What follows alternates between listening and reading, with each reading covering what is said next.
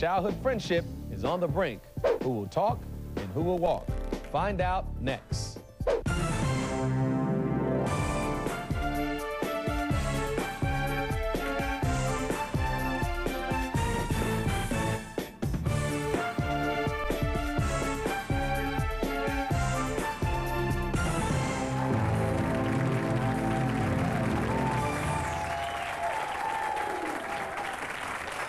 Hi, I'm Michael Baisden, and this is Talk or Walk.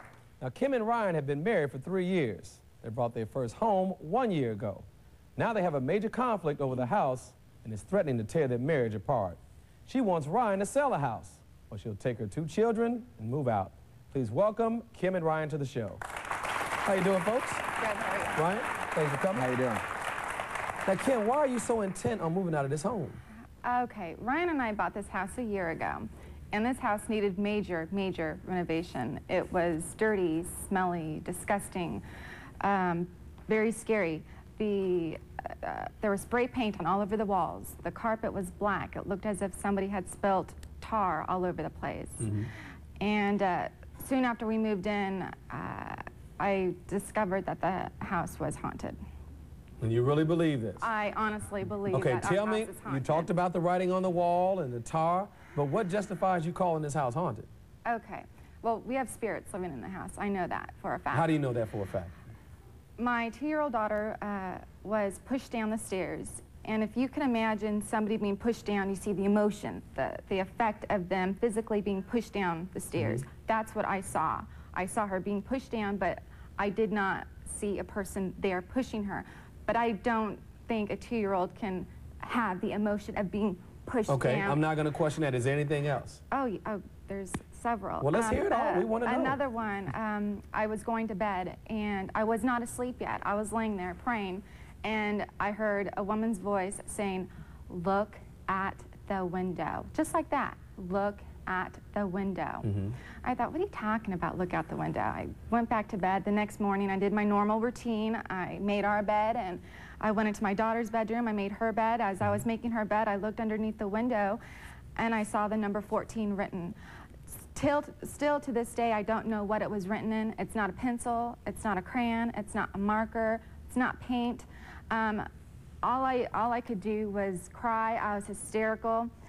Just thinking about it, I'm shaking now. Is there something else that you can think of? Not that that's not enough, don't get me wrong. Oh, yeah. Anything else besides those 2 incidents? One night, we were sleeping, and I had rolled over, and I saw lying between my husband and I an old, deteriorated woman.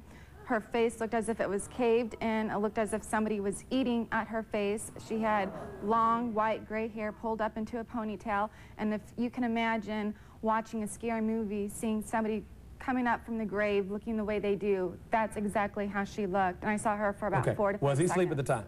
He was asleep, and I could not move for, I would say, about 10 seconds. I felt like something had grabbed hold of my body and took everything out of me. I couldn't yell, I couldn't scream, I couldn't cry, I couldn't do anything. I was just shocked. Okay, your wife obviously told you this story. Yeah, oh yeah. Have you seen any of this?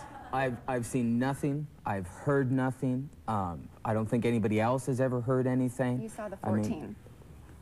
I have seen the number 14, but I'm thinking, okay, it's a number on the wall. She saw it, imagined the whole thing. About hearing voices, about seeing things. She'd always wake me up and say, oh, you know, there's somebody in the house. So I'd grab a flashlight, look at the whole house, couldn't see anything. I tried telling him, you're not going to see him with the flashlight. You're not going to see a ghost with the flashlight. You just got to listen. You need to go back to sleep. Wake up, listen. And when you asked him to wake up and listen, did you wake up and listen? He didn't believe me. So he just I didn't believe him. I mean, I was there in the house. I never heard anything. I never saw anything. I thought she was waking up out of a sleep, out of a dream. Because that's what I was going to ask. You can't help it, because that's the same thing I would have said. Were you sure you weren't asleep? I was awake. The first time your wife comes to you and tells you that she thinks the house is haunted, she's telling you these stories, what was your reaction the first time? I basically thought she was joking. I thought she was kidding around. And then I got the idea that she's being serious. Mm-hmm. So my next thought is, okay, she's losing it. There's something going on, and you know, whether it's the move, maybe whether it's, you know, we're having another baby and she's pregnant, that it's just not working out right. You know, there's something going on, too much stress, anything. I didn't know. Now, I'm curious, how often has this happened? How usual are these occurrences? About every night for the past 9 months. Every night? Every night for the past 9 months. I'm surprised you're getting any sleep if it's every night. Yeah, you know, I'm really not getting any sleep between that and our newborn. Is there a particular time of the day that this usually happens? Yes, between midnight and 3 in the morning. And you've never... I don't know, I've never heard anything, I've never seen anything, You have heard something. You've heard tapping downstairs, and he the house says creaking. It's not creaking. It's just tapping. the house creaking. So just like you are going back and forth right now, how can something like this affect a relationship? I feel we grow distant. I mean, it's one of those things, once you've heard it so many times and you've never seen anything, nothing's ever happened to me, all right? It's kind of like, okay, whatever, and I just kind of blow her off. You know, you can only take hearing it so much. Yeah, but you're blowing it off, but she's taking it serious to the point that she's taking steps, and what has she done? She's actually got a woman, I guess, to come over to the house and kind of do a reading on the house to see what's in the house, to see what's going on with the house, you know, to kind of help set her mind at ease. Were you there doing this? I was at work. I got home afterwards. You know, I told her, okay, if it's going to make you happy, do it. If it's going to make you happy, it's going to make me happy. It's going to make my life easy. Right, I mean, because you want an explanation as well. Oh, yeah, there's nothing going on. I'm like, great, have her come over. She's going to tell you the house is fine. We can go back to living a normal life. Everything will be great. Well, I'm going to ask you what she told you, but not yet. When we come back, we're going to find out the shocking things Kim found out from this medium. She's hoping it's enough to make Ryan move. Stay tuned.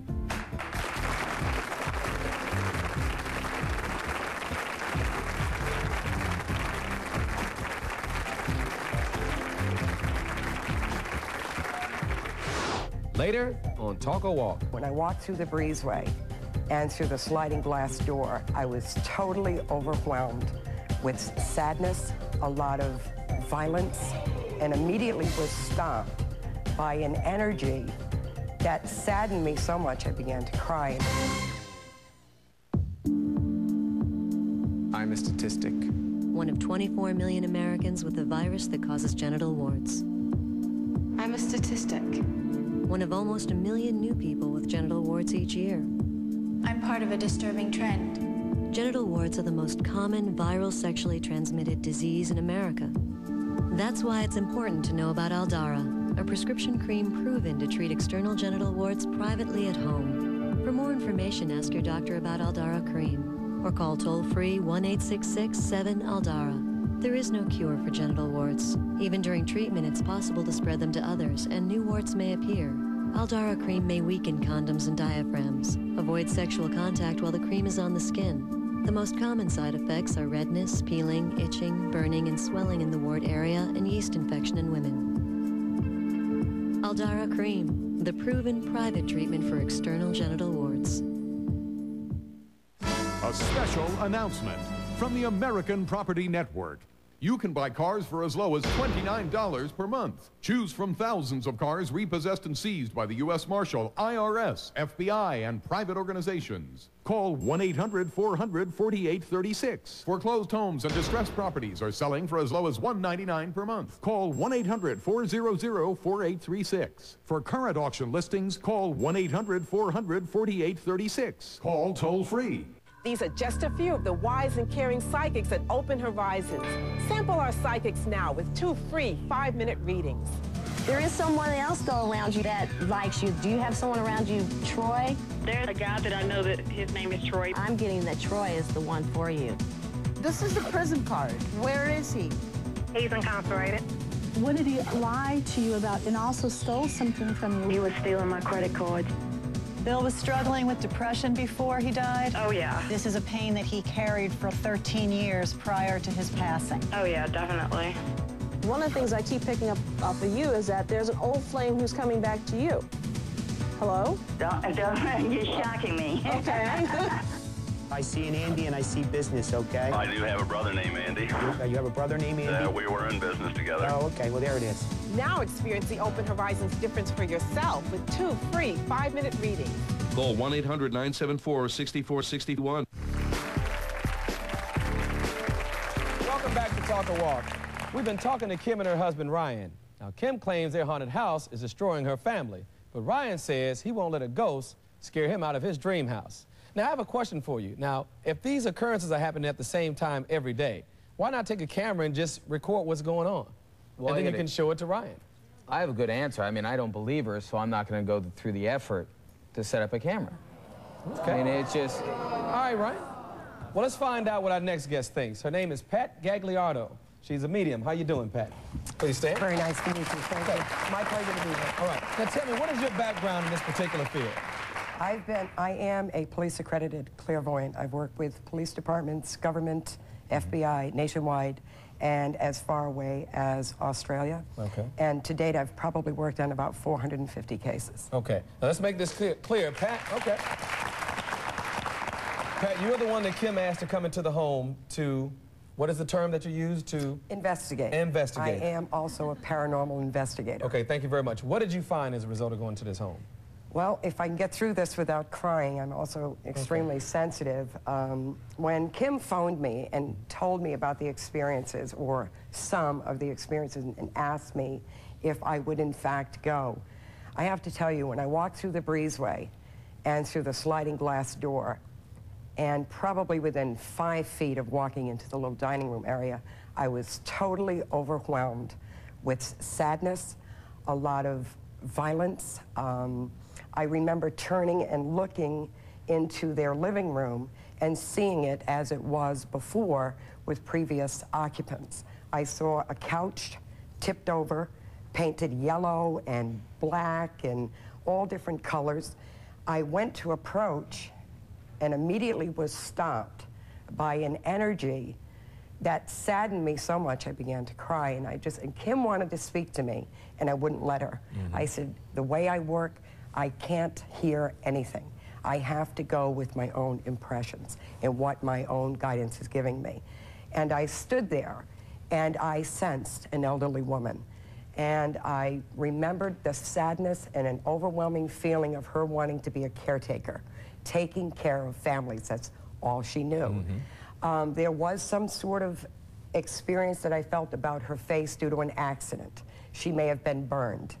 And I stood there and tuned in and heard Maria. So I said to Kim, you're not losing your mind. Let me tell you that right off the bat. I said the energy is definitely present. The woman has passed away, and I believe her name is Maria, and that's all I said. Then I continued into the living room. I walked into that living room, and their front door is like midway between the living room, the bathroom, and the first landing to go upstairs. And I stood there, and I began to cry, as I'm going to do now. That's okay. That's okay. There was a 14-year-old child that I believe was very dependent on drugs, and I believe he OD'd. Between the bathroom and the first area to go up to the stairs. And I stood there and I said, but he didn't die here. I didn't feel that he died in the bathroom, but I know that what happened to him occurred in the bathroom. I turned and I looked at Kim, and I said, you're going to find a gentleman by the name of Richard, and his 2 sons lived in your home previous to you. And I said, and there was a lot of drug activity, and I said, I believe that's what you're picking up on with the woman.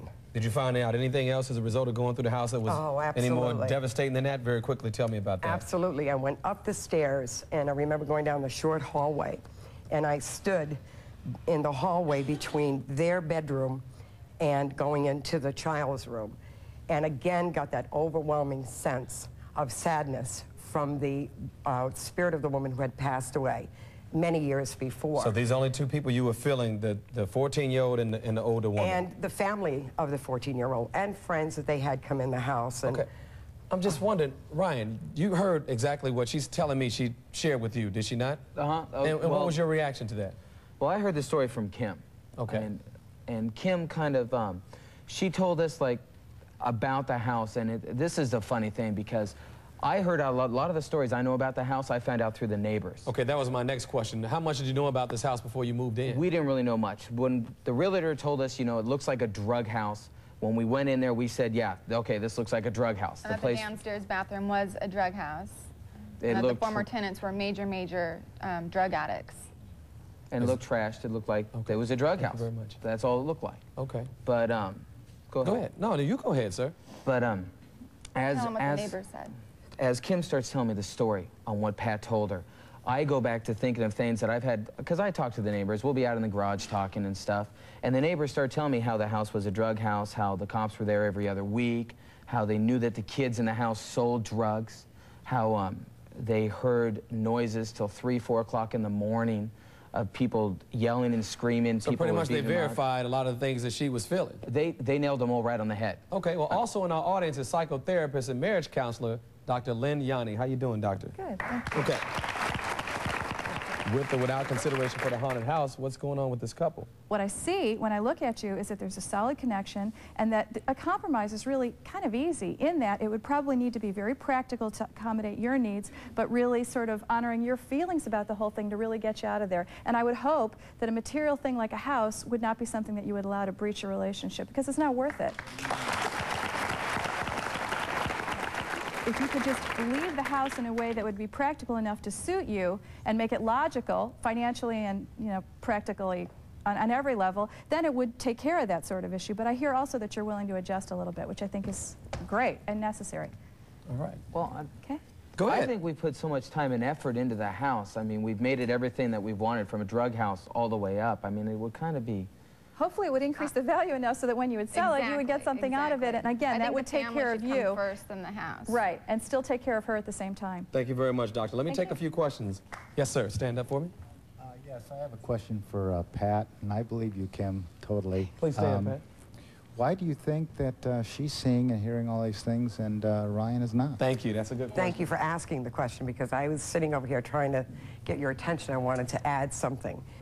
You can have 3 people go into a house where there is a great deal of psychic energy or a lot of haunting experience. You can have one person tune into it, and the other 2 people looking at you like, what are you talking about? I don't feel it. You asked them earlier about a videotape, take it in, or a tape recorder. Right. Not necessarily would it have been heard, because his energy, disbelief, and total shutdown to the attunement would have prevented that. Okay. So, but Kim, on the other hand, is so compassionate and sensitive and loving, she just made it easier. Okay, if I have another question, I want you to stand again. Absolutely. Thank you for that explanation. Yes, ma'am. Ryan, how do you feel about what Pat had confirmed what Kim was saying all along? It makes you rethink it. I mean, it definitely makes you take a step back and think, because some of the stuff that I learned that Pat said to Kim, I heard from Kim, because I didn't get a chance. I wasn't there when they did it. So I hear everything from Kim, and Kim's telling me things that the neighbors told me that she doesn't even know about. And that really makes me rethink my decision. It's really hard to stand firm when somebody's telling you something they shouldn't know. And I wish he was there so he could see it. Okay, yes, sir. Kim, you said that one of these incidences took place right as you were praying. Kind of from a different approach, do you feel that this is a personal attack against you because of your belief in God? You know, I don't know. I have no idea. It's a good question. I'd like to ask Pat that question. Why? Why is it me? Well, why me? The explanation that she gave is that you were a caretaker, and it was a conflict between your entity and the entity of the woman who lived there. Is that correct? Exactly. And because of the conflict, that's why it's apparent to you. I'm listening to what Pat is saying over here. Yes, ma'am. Kim, how has this affected your daughter? She doesn't sleep at night at all. Is she experiencing any of this? I think she is. She doesn't sleep. She doesn't like her room. You ask her why do you keep coming into our bedroom? I'm afraid. I'm afraid. Yes, sir. Yeah. Kim, have you, before moving into the house, experienced anything like this before? No. Nothing? Never. Never. Yes, ma'am. You look very interested. Here, grab the microphone. Oh, thank you. Well, I have something for both Kim and Ryan. Kim, I lived in a house that was haunted. I really feel for you. The spirit that was in my home was very malevolent, and people would ask me, well, you know, why don't you see if you can just get rid of it? I had someone come in and try to clear the house, and it just made the spirit even angrier. You could walk in and, like people would say, light candles. I'd go light candles in the kitchen. You could walk in, you know, light the candles, walk out, walk back in, and like within 15 seconds, and the candles would be turned over, laid down on the counter. You'd go to pick up like keys to go out to your car, and they'd be so hot you'd have to drop them. I finally had somebody come in and walk through the house, and they said, it's not worth it, just take your daughter and get out. So I think, too, for Ryan, if you really love your wife and she's afraid to be in this home, why would you want her to still stay there? Okay. On that note, Kim, tell Ryan why you asked him to be here today. Why did you need him to be today? What do you want him to know? Well... No, this is for Kim to you, Ryan. God, I'm shaking. Okay. We've been together for 6 years. We've been married for 3 years. We have such an awesome relationship, and I love you with all my heart. I can't imagine going through life without you being there. You are extremely talented and intelligent, and I'm one of your biggest fans. I'm maybe your only biggest fan. And we have such a beautiful family, and I just really want you to accept the findings and accept that they are real, that are in the house, and to put the house on the market, and to put our family, our wonderful family that we've built, ahead of our house. All right. When we come back, we're going to find out whether or not Ryan will put his family first and say goodbye to his dream home. Stay tuned.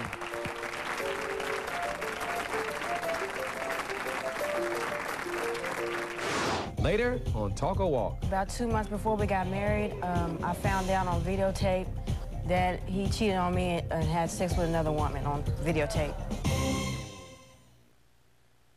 If you've been hurt in a car accident or any kind of accident, you need a lawyer. Our lawyers can help you get money. Call the Lawyers Group. Call 1-800-677-2020. Speak with a lawyer near you for free. Your lawyer gets paid only if you collect money. If you don't collect, you don't pay. So if you've been hurt in a car accident or any kind of accident, call toll-free 1-800-677-2020. Call 1-800-677-2020. Shoreline Mitsubishi knows you want this, not this. Shoreline Mitsubishi can get you one of these cars now. All you have to do is call 315-8000.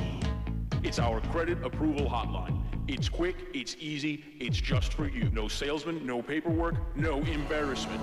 Just this. Call now. 315-8000. You're at home. Your child is sick. You need medical help, but you have no phone service. What are you going to do? Call the local phone company. You get guaranteed home phone service regardless of your credit history or overdue bills. There's no credit check, no ID required, no hassles at all. No one is refused for any reason. With the local phone company, you get fast, personalized service. So let us hook you up now. Call the local phone company at 800-498-4885 for the location nearest you. So you're representing that accident victim now?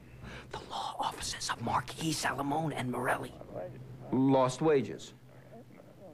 We are the insurance company, and it is our job to pay. You're calling in the litigation unit? Court! No. Can we settle? Court's expensive. Court is your option. If you have a claim worth fighting for, tell them you mean business. Call the offices of Marquis, Salamone, and Morelli right now. In this season of giving, you can help Fox 61 WTIC-TV, the Hartford Chase Family Foundation, and Food Share feed hungry families at the holidays and all year round. Your monetary donation will ensure that Food Share meets increasing demand due to recent layoffs. And that local programs feed nearly 32,000 people served by Food Share each week. To make a donation, visit fox61.com, call Food Share at 860-688-6500, or send a check to this address. Welcome back. Kim and Ryan are living in a haunted house. She's demanding that he put it up for sale and move out. Now, Kim's ready to walk away if Ryan insists on living there. Now, during the break, our studio audience voted as to whether or not Kim should walk away from her husband and her home if Ryan won't agree to sell it. Let's find out what the audience voted. 60% think that you two should talk it out.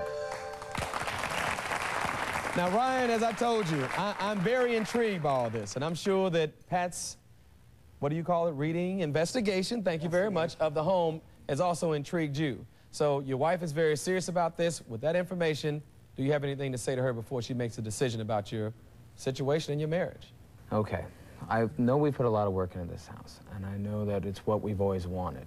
But if it means losing the family or losing you and the future that we've built together, I will gladly take this house and put it up on the wall.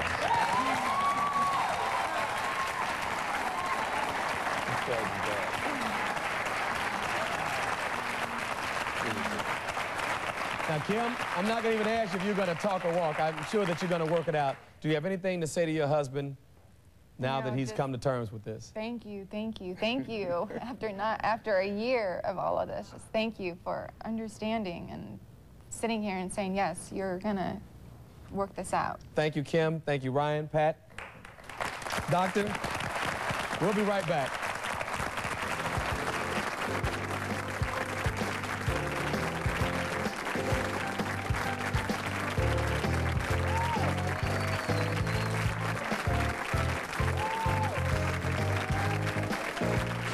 Coming up on Talk or Walk. After I looked at the tape, I was crying, I was hysterical.